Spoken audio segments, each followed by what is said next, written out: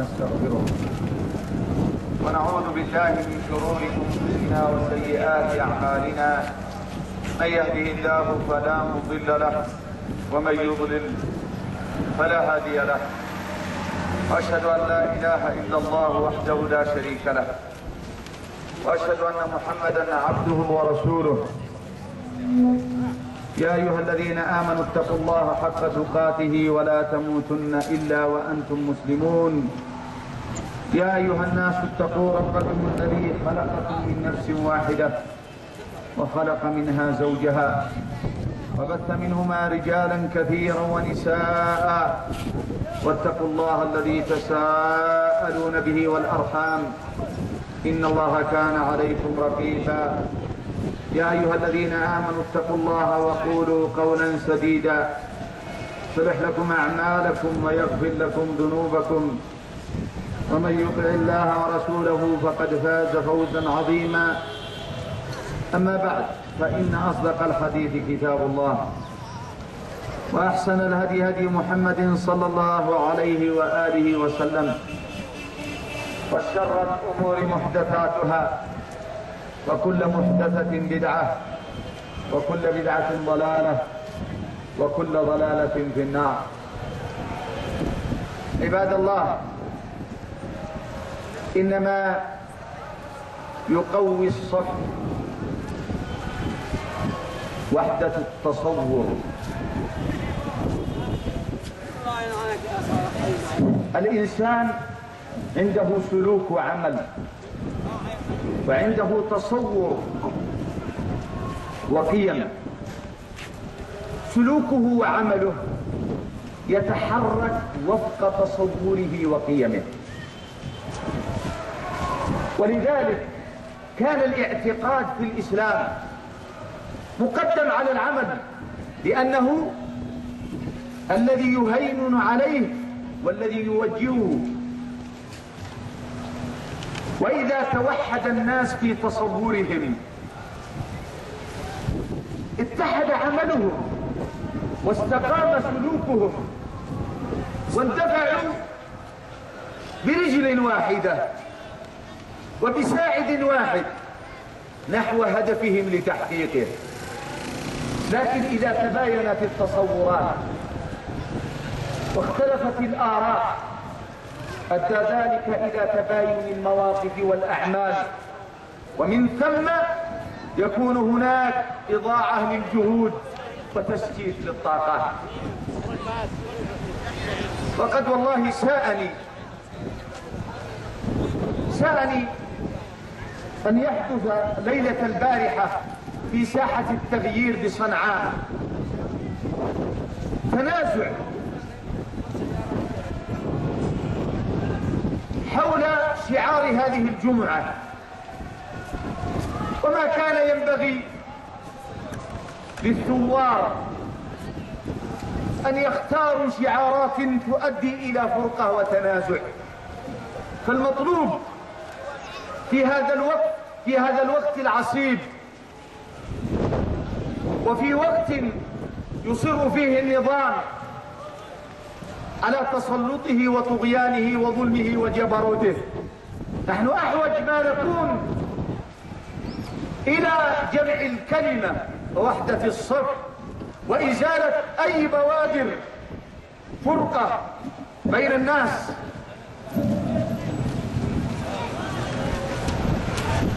الدولة المدنية لماذا اختلف الناس حولها؟ لماذا يريدها البعض ويتحسس منها البعض الآخر؟ لما؟ ما السبب؟ كثير من الخلاف بين الناس في دينهم ودنياهم كثيرا ما يكون بسبب عدم تحرير الألفاظ وعدم بيان معناها، فيأتي الخلاف من هذا الباب. هذا يريد بهذا اللفظ معنى وذاك يريد به معنى آخر، ثم كل منهم يريد أن يحمل اللفظ على معناه، ويحدث التنازع في العمل بعد أن يحدث التنازع في التصور. والاعتقاد.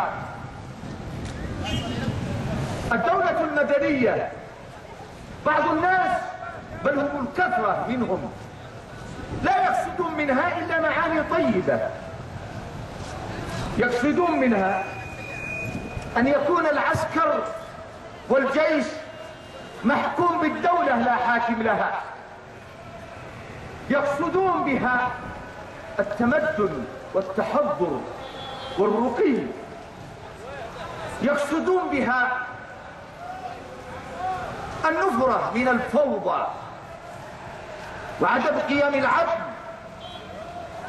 ووجود نظام الفرد، نفرة من ذلك كله واستبداله بنظام المؤسسة ونظام الدولة الذي يشترك فيها جميع الناس. وهذه المعاني للدولة المدنية مما قد يتوافق عليه الناس ولا يختلفون، لكن بعض الناس وهم قلة قليلة حقا، قلة ليست حتى النخبة كلها بل جزء من النخبة بل جزء من الجزء، يريدون بمعنى الدولة المدنية الدولة التي يقصى فيها الدين، وبعضهم يعبر باللادينية. ومن هنا تأتي المشكلة ويأتي اللغط ويأتي الاختلاف. ونحن بحمد الله شعب اليمن جملته شعب مسلم موحد، وأنا متأكد والله أن شعب اليمن في شماله وجنوبه، في شرقه وغربه، في وسطه وأينما كان، صغاره وكباره، رجاله ونساؤه، جنوده وعسكره، قبائله ومثقفوه، إعلاميوه وأساتذته وعماله ومزارعوه وكل فئة من فئات المجتمع اليمني، لا أتصور أن أحدا منهم سيرفض الإسلام وسيرفض الإسلام حكما وشريعة ودينا.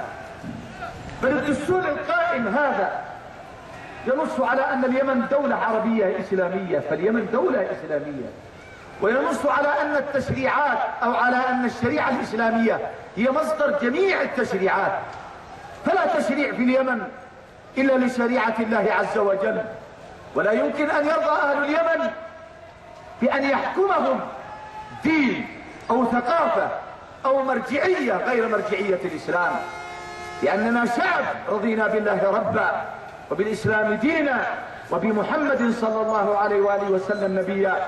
وإذا كانت الثورة هي جزء من ديننا لأنها ثورة على الظلم والاستبداد والاستعباد والاضطهاد والإقصاء، فلا بارك الله في ثورة تريد أن تقصي الدين عن مناحي الحياة، إننا نريدها ثورة تقيم العدل وتحكم الشرع ويستوي فيها الناس جميعا، ولا يتفاوتون في الحقوق والواجبات إلا بتفاوتهم في الجهود والطاقات والفضل.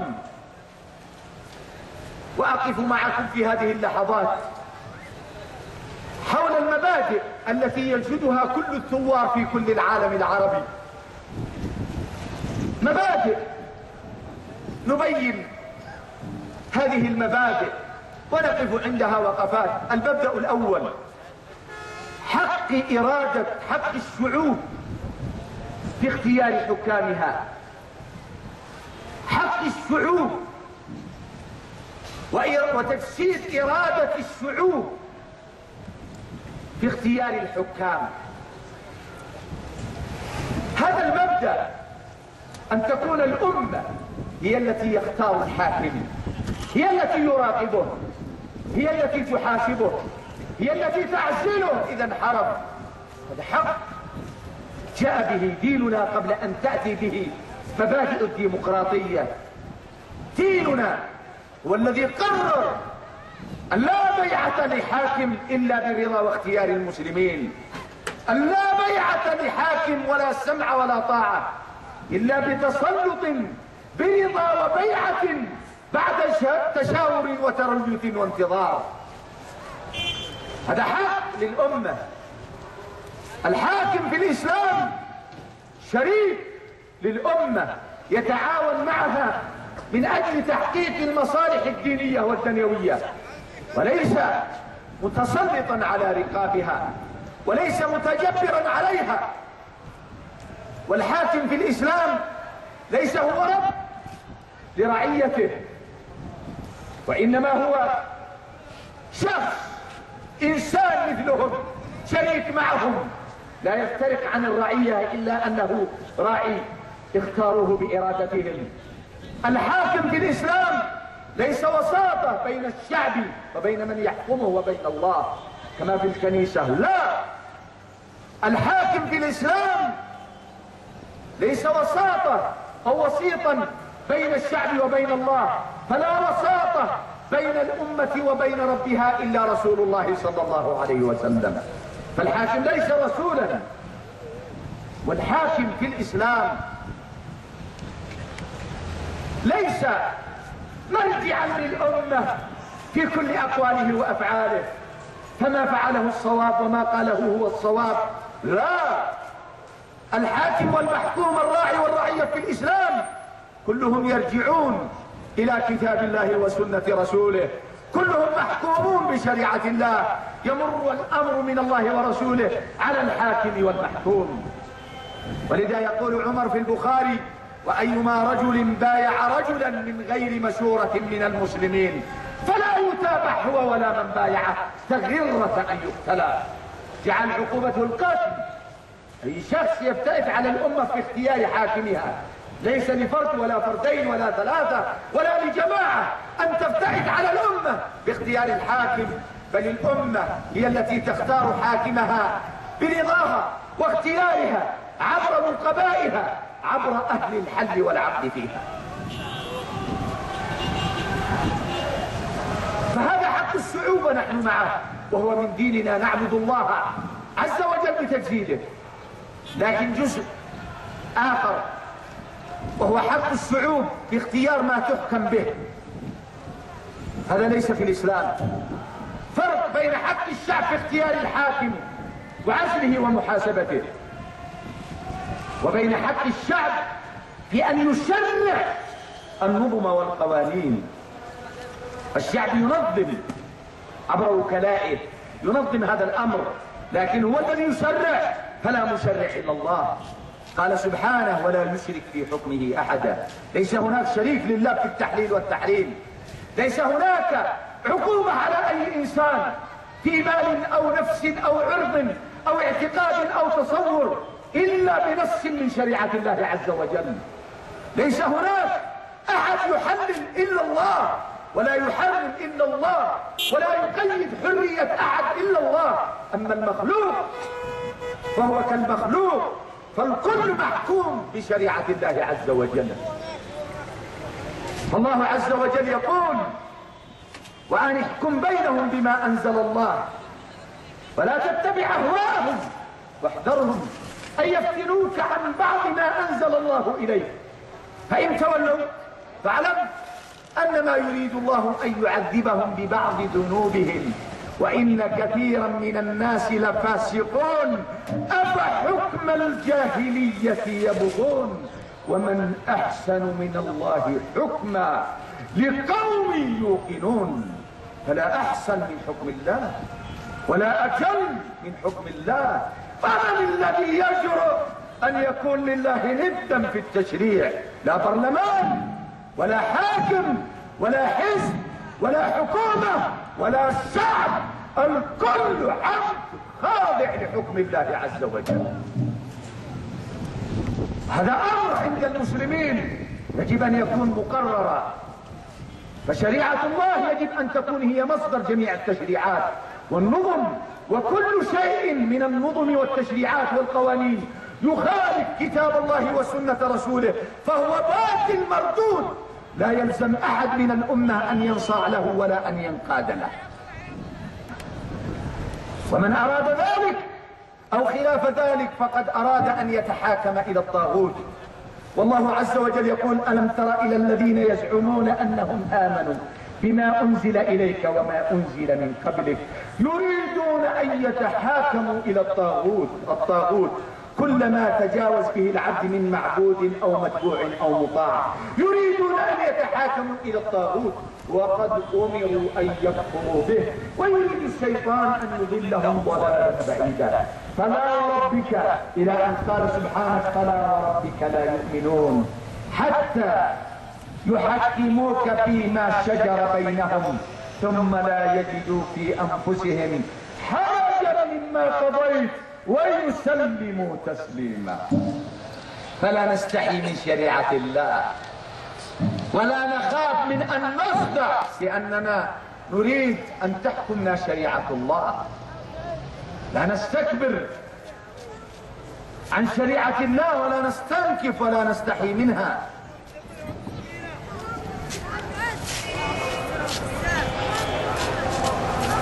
فهذا المبدأ الثاني حق التشريع لله في الإسلام وحق اختيار الحاكم للأمة. وهذه نقطة النزاع مع الديمقراطية. الديمقراطية لا نخالفها في اختيار الحكام، وإن كان في كيفية في الآليات والطرق قد يوجد هناك اختلاف، لكن من حيث المبدأ في أن الأمة هي التي تختار الحاكم وتعزله. فالإسلام الحاكم بمثابة إمام الصلاة، الحاكم في الإسلام للأمة بمثابة إمام الصلاة للمأمومين. إن استقام اتبعوه، وإن سهى وأخطأ نبهوه، وإن أصر على خطأ فارقوه. لا يتابع الإمام إذا أصر على الانحراف بل يعزل. المبدأ الثاني من المبادئ التي ينشدها كثير من الناس في ثوراتهم المساواة. المساواة، يقولون نحن شعب نرى تفاضلا، هذا مميز عن البقية، هذا استأثر بالنفوذ، وذاك استأثر بالثروة، وذاك استأثر بالمناصب، وذاك استأثر بكذا، وبقية الأمة مسحوق في معاشه، في تعليمه، في صحته.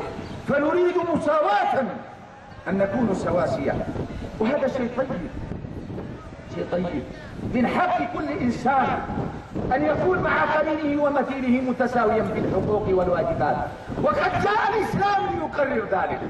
لكن أنبه هنا إلى أمر يغفل عنه كثير من الناس، لا سيما النخب السياسية والمثقفة، وهو لفظ المساواة أو مبدأ المساواة. مبدأ المساواة ليس مبدأ ممدوحا بإطلاق ولا مذموما بإطلاق، فقد يمدح وقد يذم بحسب الحال التي يسوى فيها. كيف ذلك؟ الإسلام لم يقرر المساواة بين المخلوقات، لأن من يدعي أو يطالب بالمساواة بين المخلوقات يكذبه الحس ويصادم بطلبه العقل ويناقض الشرع. حتى في أرقى الشعوب تقدما وعدلا، كيف يمكن أن يتساوى المواطنون؟ الصغير مع الكبير سواسية، المدرس مع العسكري سواسية، الجندي مع الضابط سواسية، الذكر مع الأنثى سواسية، المجد مع المهمل سواسية، الرئيس مع المرؤوس سواسية، الموظف مع غير الموظف سواسية. لا، ليس هناك تساوي في كل الدول، حتى بين الذكور ولا بين الإناث ولا بين الموظفين. فيلزم الطبيب في الدولة من الحقوق والواجبات ما لا يلزم الجندي، ويلزم الذكر ما لا يلزم الأنثى، ويلزم الصغير ما لا يلزم الكبير، ويلزم الطبيب ما لا يلزم المهندس، ويلزم السياسي من الحقوق والواجبات ما لا يلزم الإعلامي. فكل إنسان عنده من الحقوق والواجبات بحسب نوعه وتخصصه يختلف عن الآخر، وإن كانوا يشتركون في جملة من الحقوق والواجبات. فالتساوي المطلق هذا أكذوبة لا وجود لها في الواقع ولا وجود لها في الحس، وإلا يصبح الناس بمرتباتهم متساوية، ويقول لك ذاك الشخص ليش هذا موظف أنا مش موظف، إذا هذا دولة مش متساوية. ما تسوي بين المواطنين في الحقوق والواجبات. ليش الجندي يحرس طول الليل في النقطة وذاك الطبيب ينام في غرفة العمليات؟ ليش ما يسووا بينهم؟ ليش الإنسان جالس في بيته وذاك الضابط سهران في معسكره؟ ليش ما يتساووا في هذا الواجب؟ طيب لماذا يعطى هذا رتبة ولا يعطى الشخص الآخر رتبة حق؟ فقضية ادعاء المساواة أو طلب المساواة للناس جميعا في الحقوق والواجبات هذه أكذوبة لا وجود لها، يكذبها الحس والواقع في كل دول الدنيا، ويجحدها ويرفضها العقل، ويجحدها أو يردها الشرع، وهي دعوة مردودة بالحس والعقل والشرع. طيب فما الحل؟ الحل العدل. العدل هو الحل، والعدل هو إعطاء كل ذي حق حقه. ومن العدل أو العدل التسوية بين المتماثلين. المساواة قد تكون صورة من صور العدل وقد تكون صورة من صور الظلم، فالتسوية بين المتماثلين عدل، والتفرقة بين المتفاضلين والتسوية بين المتفاضلين ظلم. يعني جندي وجندي بنفس المكان، في نفس المكان وبنفس الجهد وبنفس الرتبة، وهذا ترقيه وهذا ما ترقيه، هذا تفاضل بين متماثلين، هذا ظلم. لكن العدل أن تسوي بينهما. لكن التفرقة بين المتفاضلين عدل، والتسوية بين المتفاضلين ظلم. يعني واحد مجد، واحد عسكري مجد في حماية الوطن، واحد عسكري راكد في بيته، ترقي هذا وترقي هذا؟ لا، هذا التفرقة بين المتفاضلين هي العدل. ولذلك قال سبحانه في بيان أعظم الظلم وهو الشرك بالله: إن الشرك لظلم عظيم إذ نسويكم برب العالمين. سووا بين الخالق والمخلوق فكان ظلما. والنبي عليه الصلاة والسلام لما جاءه البشير يسوي في وصيته للنعمان قال: هل أعطيت كل ولدك مثل هذا؟ أعطيتهم أرض لما بتعطي ولد دون البقية؟ قال لا. قال: اتقوا الله واعدلوا بين أولادكم. فهنا المساواة بين الأولاد عدل، المساواة بين الزوجتين لأنهما متماثلتين عدل، لكن المساواة في الميراث بين الذكر والأنثى بين متفاضلين ظلم، للذكر مثل حظ الأنثيين. فيجب أن نراجع المصطلحات. ما ينبغي، قالت الثورة الفرنسية المساواة، ونحن في بلاد العرب والمسلمين المساواة لا وجود لها في الحس، حتى في أمريكا، حتى في أوروبا. هذا راتبه غير راتب هذا واجبه غير واجب هذا حقوقه غير حقوق هذا تخصصه غير تخصص هذا. وإلا تشكو كل الناس سواسية. لو طلع الناس كل الناس سواسية في الحقوق والواجبات لن تقوم حضارة، لكن بسبب التنوع والتفاضل تنهض الحضارة.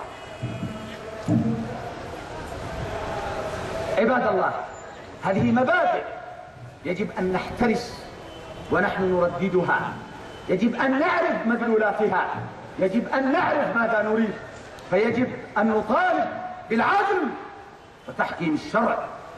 العدل هو إعطاء كل ذي حق حقه، هو التسوية بين المتماثلين، هو التفرقة بين المختلفين، هو محاسبة المهمل، هو مكافأة المجد، هو إعطاء المتخصص تخصصه، هو نزع الوظيفة ممن لا يستحقها.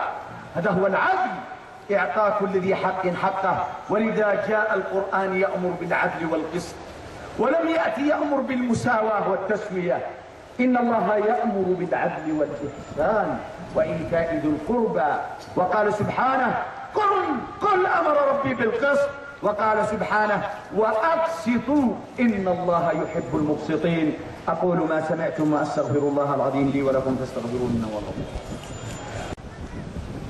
الحمد لله رب العالمين، وأصلي وأسلم على نبينا محمد وعلى آله وصحابته والتابعين، وأشهد أن لا إله إلا الله ولي الصالحين، وأشهد أن محمدا عبده ورسوله صلوات ربي وسلامه عليه وعلى من سار على هديه واستنى بسنته واقتدره إلى يوم الدين. وبعد، إذن إرادة الشعوب في اختيار حكامها حق، إرادة الشعوب في التشريع باطل. المساواة بين المتماثلين والمتماثلين حق. المساواة بين المتبادلين والمختلفين باطل. الحرية، المبدأ الثالث الذي تردده الشعوب، الحرية يقابلها في الإسلام الاستعباد والاسترقاق. فلما وصل حكام ظلمة تجبروا على الرقاب وتسلطوا على الناس وساموا الناس سوء العذاب، كانت علاقتهم بشعوبهم لا علاقة شراكة، لا علاقة راعي ورعية، لكن كما قال النبي عليه الصلاة والسلام: شر رعاء الحطمة رعاة حطموا أمتهم. فكانت علاقة تشبه علاقة الاسترقاق والاستعباد. فانتفضت الشعوب رافضة هذه العلاقة، تريد حريتها، وفعلا لما يأتي الحاكم ويتسلط على المحكوم بالظلم والجبروت يكون قد استرقه واستعبده، ومن حقه أن يطلب حريته منه. ولذا روى أبو القاسم المصري ابن عبد الحكم في تاريخ مصر والمغرب، وهو من علماء القرن الثالث الهجري، علماء المالكية، روى عن أنس بن مالك، ورواها أيضا ذكرها السيوطي في حسن المحاضرة، عن أنس بن مالك قال: قدم رجل من أهل مصر إلى عمر بن الخطاب رضي الله عنه، وقال له: إني أعوذ بك من الظلم، استجير بك وألوذ بك من الظلم. قال: ما؟ قال: من ظلم وقع علي. قال: ما هو؟ جاء من مصر إلى المدينة، ووالي مصر عمرو بن العاص رضي الله عنه. قال: استبقت بخيلي مع ولد عمرو بن العاص فسبقته سباق خيل، واحد من مصر ومن الوالي ابن المحافظ، صح التعبير بالاصطلاح المعاصر. استبق معه، لكن كبر بعض الناس لما يستغل نفوذ أبيه. مثل اليوم أبناء الرؤساء والزعماء لا يرتقون إلا على نفوذ آبائهم، لكن إذا جئت من جهة تخصصاتهم فهم لا يمكن أن يرتقوا في منصب. إذا كانت المسألة مسألة تخصصات يستوون فيها مع أقرانهم وأمثالهم يا أبناء الشعب، لكن لما يرقى على رقاب الناس بسلطان أبيه يتجبر، لأنه ما أخذ هذا التخصص. قال: فضربني بالصوت وقال: أتسبق ابن الأكرمين أو الأكرمين؟ فجعل نفسه يشكو إلى الخليفة: عمر هدم الإسلام، ما يعرف صغير وكبير، ما يعرف زعيم، ما يعرف ابن والي، لا لا لا لا لا لا لا. القصاص والحق والحدود والعدل يمضي على الجميع. حرر كتابه إلى عمرو بن العاص: إذا وصلك كتابي فأقبل إلي وأقبل مع ولدك. قال أنس: فأقبل عمرو بن العاص رضي الله عنه وأقبل معه ولده، فأخذ عمر عصا. قال أنس: ونحن ننظر. فأخذ عمر عصا وناولها المصري فقال: اضرب ابن الأمين أو الأمين، مقارن الأكرمين أو الأكرمين. هذا الذي يتسلط ابن اللئيم، ما هوش ابن كريم اللي يتجبر ويظلم الناس، ما عنده كرم، عنده لؤم في طبعه. قال أنس: فأخذ المصري يضرب ولد عمرو بن العاص حتى تمنينا أنه لا يفلته، فمن شدة ضربه له تمنينا أنه يفرغ عنه. قال ثم قال عمر للمصري: هذا عمرو أبو الولد،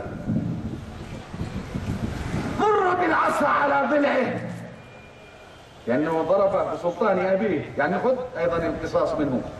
قال: يا أمير المؤمنين، أخذت قصاصي ممن ضربني وقد اشتفيت.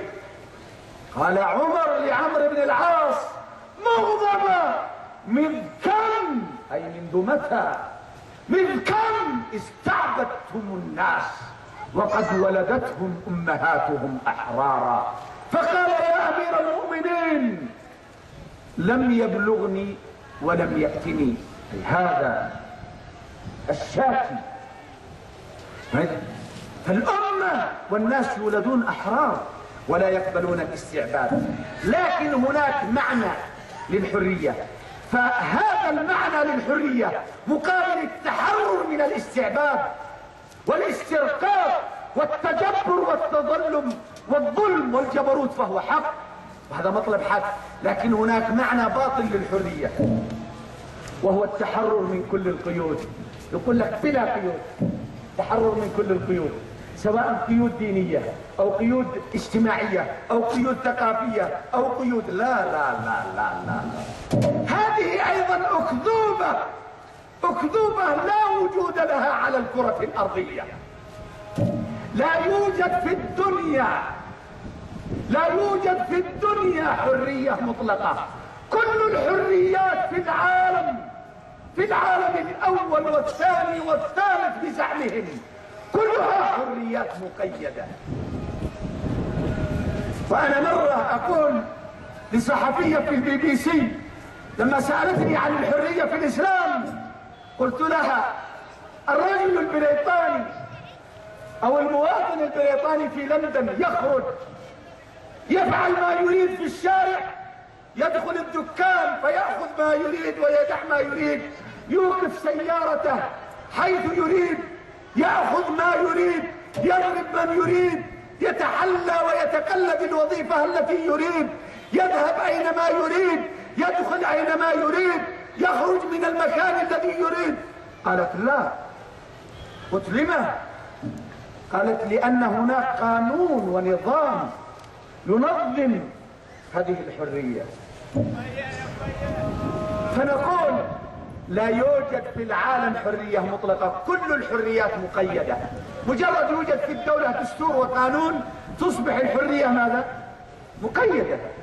لكن نأتي أيهم أكثر حرية. الفرق بين المسلم والكافر: المسلم يتحرر من كل شيء، من كل مخلوق، ولا يسترق إلا لله، حر لا يقيد حركته إلا الذي خلقها. من الذي يقول لي قف؟ هذا حرام، الله. من الذي يقول لي امشي؟ خذ، هذا حلال، الله. فأنا أتقيد بأوامر ربي. لكن في النظم الجاهلية والطاغوتية المواطن يتقيد بنظم مخلوق مثله. فأيهم أكثر حرية؟ الذي لا يتقيد إلا بأمر من خلقه، أم الذي يتقيد بأوامر مخلوق مثله؟ فالمسلم أكثر الناس حرية. لكن الخلاف يكون اليوم الثقافي بين النخب. يجب أن يكون ما هي قيود هذه الحرية؟ لأنه ليس هناك حرية مطلقة. فيقول لي القانون الفرنسي، وذا يقول لي القانون البريطاني، وذا يقول قوانين البرلمان، وأنا أقول له كمسلم أوامر ربي عز وجل هي التي تقيدني. عباد الله، إننا نريد دولة يسودها العدل ويحكمها الشرع. وإذا أرادوا بلفظ المدنية المعاني التي لا يختلف الناس عليها، من المعاني بمعنى التحضر والتقدم، وأن يكون العسكر محكوم للدولة لا حاكم لها، وأن يكون كذلك هناك دولة مؤسسات يستوي فيها كل متماثل مع مثيله ويتفاضل الناس بحسب تخصصاتهم وجهودهم وطاقاتهم، فهذا حق.